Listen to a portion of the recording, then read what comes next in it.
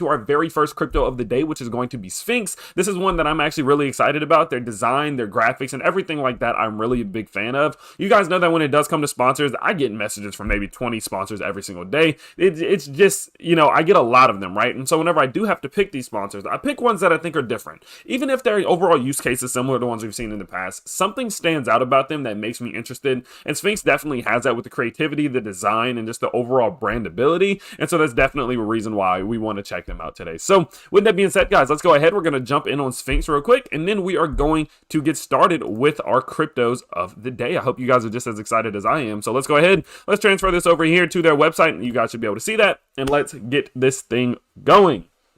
So what is Sphynx? Well, Sphynx is going to be introducing NFTs into the DeFi space. Sphynx Network is aiming to improve the fundamental nature of DeFi by using alchemy and blockchain technology to comply with the next generation of yield farming and liquidity mining. Now, off rip, I will say Sphynx Network is a great one. I like the fact they've just gone away. They're not Doge, they're not Inu, they're not Blankerize, they're not any of these ones we've seen time and time again. They're doing their own thing, and it's something I'm a major fan of. Okay, so let's go ahead. Let's kind of figure out exactly what they're going to do. If we do go over to the About section, they're going to kind of explain what all this thing is. So from a BEP20 standard to BEP 721, which is NFTs. So far, BEP20 tokens dominate the DeFi sector onto the BSC network, and by being fungible tokens, it means that they are still that they are all the same and nothing makes them different from one from the other. Well, while these tokens are needed and are not going anywhere anytime soon, there are many other token standards that are rarely mentioned, like BEP 721 tokens, a non-fungible token, meaning that each token is unique because of its own token ID that each token is given at the time of it being minted, which is true. We don't really hear about too much about it, right? So BEP 721 are mostly used as collectibles, but the Sphynx Network will reinvent how these tokens are going to be used by creating a use case for them into the DeFi space. Well, you may ask, how are they going to do that? Well, let's go ahead and find out. So just some information about them. Sphynx Network is a decentralized token built on Solidity using BEP20 standard and running on the BSC network, audited and secured by Ether Authority. Sphynx Network is using alchemy and blockchain technology to build the next generation of yield farming and liquidity mining by introducing the full potential of NFTs into the DeFi space. Sphynx Network has the traditional DeFi option to stake your LPs in different pools and earn SPH, which will be the governance token of the platform. So SPH is going to run the Sphynx Network itself. The alchemy and blockchain comes with using LPs to mint and stake one NFT one time only to unlock multiple rewards from different platforms simultaneously. Now, the Sphynx Network aims to deliver a working product as Card's combat platform. So card versus card, NFT versus NFT. Where LPs are used to mint NFTs with different elements such as psychic, light, sound, air, fire, water, earth, and attributes like rarity, age, natural ability. So basically kind of like your Pokemon trading card system in which you can battle your cards or you can trade them. It seems as if they're trying to recreate that in their own way using NFTs. And so here we go, where users will be able to fight for SPH and BNB. So the winners of these fights are going to be able to then win money, which is pretty cool. It's something that's interesting. It's something that I like. So you guys know me. I like things that are different, I like things that are innovative, and I like things that are new. Well, how are they that? Sphynx Network is focusing on changing the fundamental nature of DeFi and liquidity mining. Staking will be more dynamic and flexible by implementing the transferable function that unties the LP stake from the user's account. Staking will be linked to a transferable NFT, meaning that you will then be able to transfer it, which is super cool.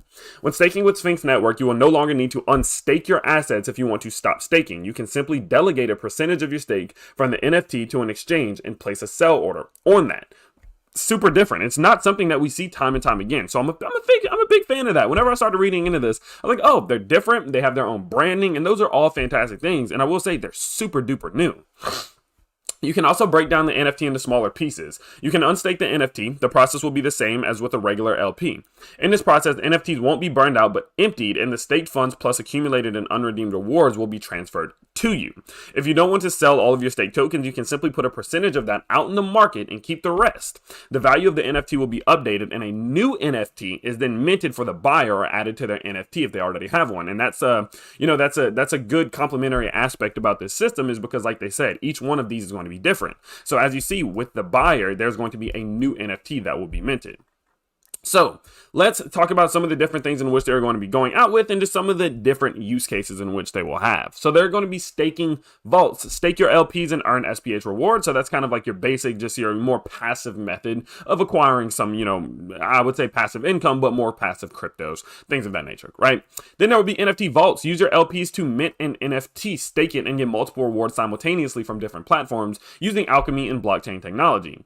Then they're going to be looking at the NFT marketplace. You'll be able to delegate entire or just part of your NFT value and place an order. The buyer will have minted automatically an NFT if he doesn't already have one, and the value will be transferred there. If the NFT is emptied, it won't be burned, but it will remain in your wallet as a collectible. So that does apply to that side of people who's like, well, what if I just literally just want to collect them, as I do with some of my collectibles in real life? Well, that provides you with that ability there.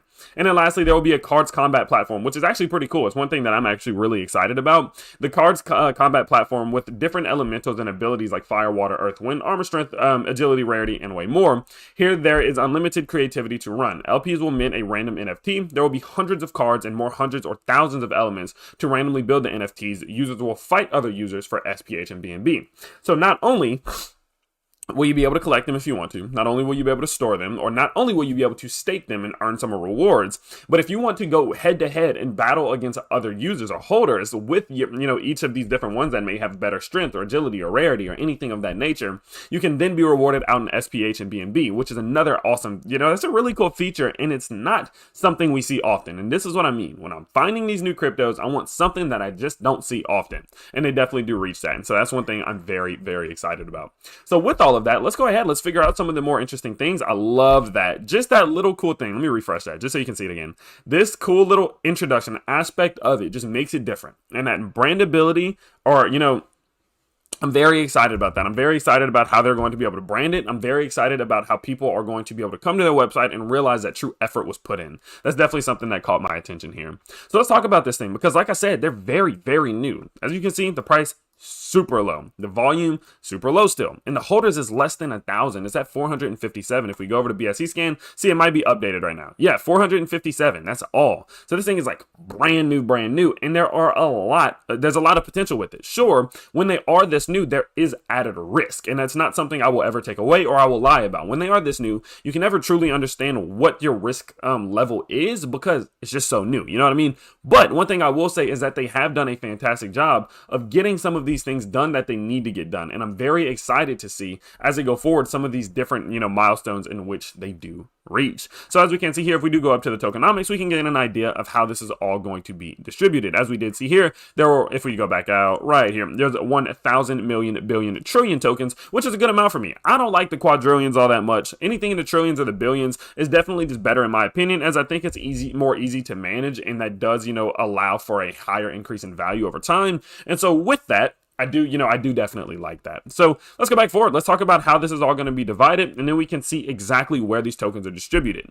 One thing that I do think they've done, and I'm a fan of what they've done, is the fact that they are just so clear about the allocation of tokens. A lot of the, scummy crypto projects where I think there could be some type of scam activity going on, they're always real low-key about where the tokens are. They don't really want people to know. And so whenever you put it on display, like, look, this is what this is for, this is what this is for, this is what this is for, it's definitely good. Now, there are aspects of it that I would, that aren't optimal for me, personally speaking. As we can see here, the team and advisors have 15%, and the marketing has 6%, so that's a total control of about 21% of the total sale. That is a good bit. You guys know I typically like to I like 15% or less, but as they are being open about it, as long as they do continue to go forward and be transparent about where the money is going, how it's being distributed, especially out of the marketing wallet, I wouldn't say it's a problem, but it's definitely something to just keep an eye on, in my true, honest, fair opinion. So when it comes to the overall transaction in the tokenomics, 5% of each one of these transactions will go to reflection back out to holders, and then 5% will automatically add it to the LP, which is great. It's easy to understand. They keep it super simple, and we understand just how all of this is going to be revolving. And then last but not least, we can see that with the team, they have completely doxed themselves. We do know who they are, as well as have access to their LinkedIn accounts, which is going to be great, right? That just does add some more, clarity. We start to understand who's behind the scenes. And as you can see here, all of these are are going to be active accounts with 500 plus connections, which is always just a good thing. As we can see, there's, you know, a face behind the project. And so we start to understand that, right? So overall, guys, I would say that this is definitely one to keep an eye on, right? I'm looking forward to see when these NFTs do come out, just how well they've designed this project, just how well they've gone about, you know, making the branding brandable. I'm not 100% sure if their merch is open. Yeah, their merch isn't out yet, but I'm expecting that their merch and their NFTs and things that do require some type of higher level graphic design are going to be fantastic just by all of the different elements in which we have seen on their website. And so with that, I'm very, very excited to see where they go. And so speaking of where they go, let's kind of talk about what all they have done, and then we'll talk about, you know, going forward what we can expect from them, you know, as they do grow. As again, they're only at less than 1,000 holders, they're only at 500 holders, so there definitely is some room to grow here. So with that, what we have seen already is just smart contract creation, ownership announcement, community buildings, and all of that good foundational building stuff. Then we do see funds vested, liquidity locks, contract creations, new website design, which is fantastic, pancake swap, and then smart contract audit, which is absolutely phenomenal. And, you know, that's one thing I will say. Look how fast they got an audit. They're still relatively new. I mean, and the fact that they've already got this thing audited, it kind of disproves what a lot of other cryptos say. I mean, we've seen cryptos come around that'll be 4 or 5 months old, and they're like, oh, we just don't have the funds to get audited yet. And I'm like, I don't know about that, because this is a crypto with what, 500 holders, 450 holders, just a little while old. They've already gotten their audit. Sure, it might be a smaller audit, but it's the fact that they have some type of audit just goes to further prove that they are actually taking the right steps to prove their security and credibility, which is always a great aspect of the company. I'm a super huge fan of that. So we're going to be looking forward to some 1-inch listings, CoinMarketCap and CoinGecko listings, and then from there, coming into the rise of RA, which is what I'm excited about, we're going to see that farming and NFT staking, Sphynx vaults, Sphynx NFT vaults, and new exchange listings and more. And then last and not least, into the Q4 of 2021, we'll get the NFT marketplace and much more. So they definitely have a lot on the horizon, and they're doing a great job of laying the foundation and building up the fundamentals that are necessary to really build a successful crypto, from what I've observed at least. And so with that, I definitely do give a big kudos to Sphynx for taking the steps in which they have already, especially being so new with a limited budget with only, you know, less than 1,000 holders. So with that, guys, that is definitely one that I'm keeping my eye on very close. I believe that NFTs and the NFT marketplace and, you know, the cryptosphere, the NFTs within the cryptosphere are going to have a fantastic Q3 and Q4. I think that's going to be a very, very major time for NFTs, and especially if they can start to release their own platform, their NFTs, their NFT, you know, NFT vaults, and all of these different aspects of their business around that time. I definitely think they can see some excitement, and with it being so new, of course, there is the risk. Never going to say there's not, but there is definitely a high level of potential reward in the future